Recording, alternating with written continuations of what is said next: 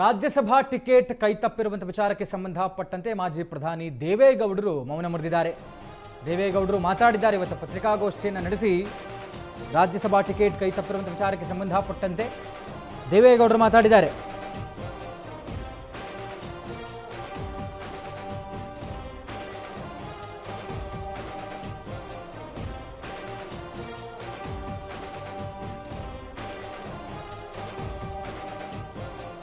ಯಾವುದೇ ಕಾರಣಕ್ಕೂ ಬಿಜೆಪಿ ಮತ್ತು ಜೆಡಿಎಸ್ನ ಮೈತ್ರಿಯಲ್ಲಿ ಬಿರುಕಿಲ್ಲ.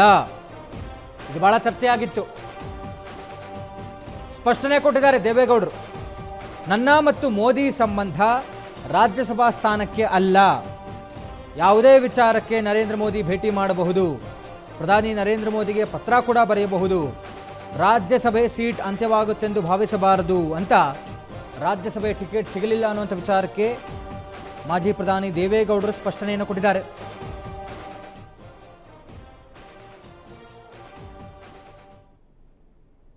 ಮೋದಿಯವರ ಬಗ್ಗೆ ಒಂದು ಎತ್ತರದ ಸ್ಥಾನ ಇದೆ.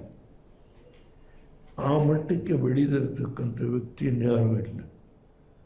ಅದರಿಂದ ನನ್ನ ಅವರ ಸಂಬಂಧ ಕೇವಲ ಒಂದು ರಾಜ್ಯಸಭಾ ಸೀಟ್ಗೋಸ್ಕರ ಅಲ್ಲ, ಅದು ವೈಯಕ್ತಿಕವಾಗಿ ನಾನು ಅವರ ಜೊತೆ ನಿಕಟವಾದ ಸಂಬಂಧವನ್ನು ಬೆಳೆಸ್ಕೊಂಡು ಬಂದಿದ್ದೇನೆ.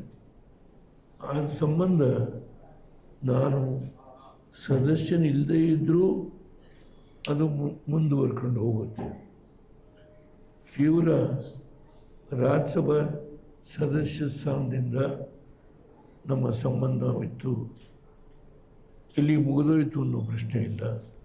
ಮುಂದೆ ಕೂಡ ನಮ್ಮ ರಾಜ್ಯಕ್ಕೆ ಸಂಬಂಧಪಟ್ಟಂಥ ಯಾವುದೇ ವಿಷಯ ಆಗಲಿ ನಾನು ಮೋದಿಯವರನ್ನು ಭೇಟಿ ಮಾಡಬಹುದು, ಪತ್ರ ವ್ಯವಹಾರ ಮಾಡಬಹುದು.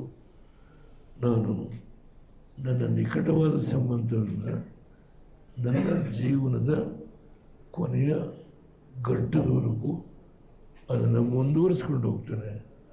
ಅದರಲ್ಲಿ ಯಾವ ವ್ಯತ್ಯಾಸ ಇಲ್ಲ. ಮೋದಿಯವರ ಬಗ್ಗೆ